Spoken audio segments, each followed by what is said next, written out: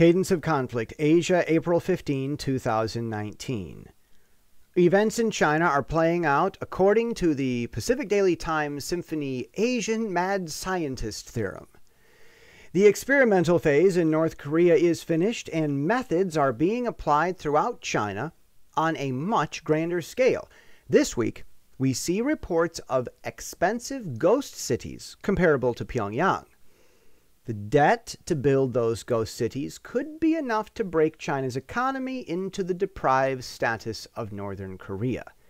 Now, swelling human rights concern could court the West to support China's unfriendly neighbors to intervene in China as the grand liberators. If things continue on track with the theorem, China could end up in an armistice against its own provinces.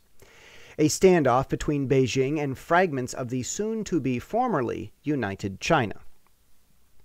Trump continues to prove that he knows what he's doing with Kim Jong-un. The DPRK's great successor will likely wise up, still venting steam once in a while.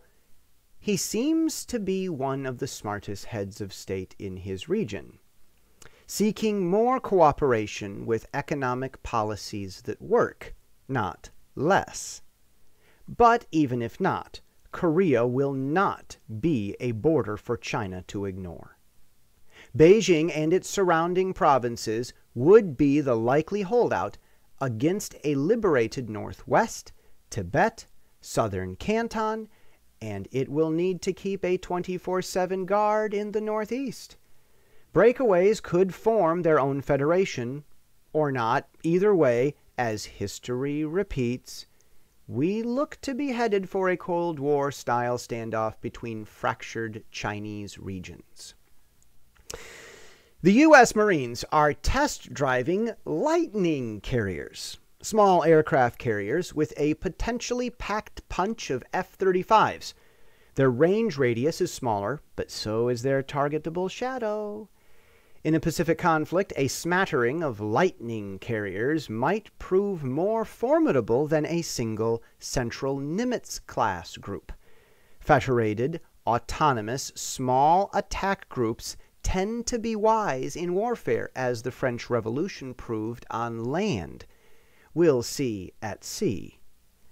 These smaller carriers are said to focus on smaller tasks, putting Nimitz-class carriers, now being called super carriers, in the spotlight against China and Russia. And we know that the Chinese think the spotlight is an indication of importance. While Russia knows better, the Chinese probably don't. Just because headlines read that a Nimitz-class focuses on China doesn't mean U.S. strategy would fail if China's new anti-carrier missiles sunk a Nimitz. Sinking a Nimitz-class carrier would only enrage the American public into a war that they couldn't lose. That's how history has always played out anyway. But the mistakes from history don't seem to have much impact on Chinese President Xi, who is determined to revive Maoism at any cost. If Maoism is revived, its results would follow.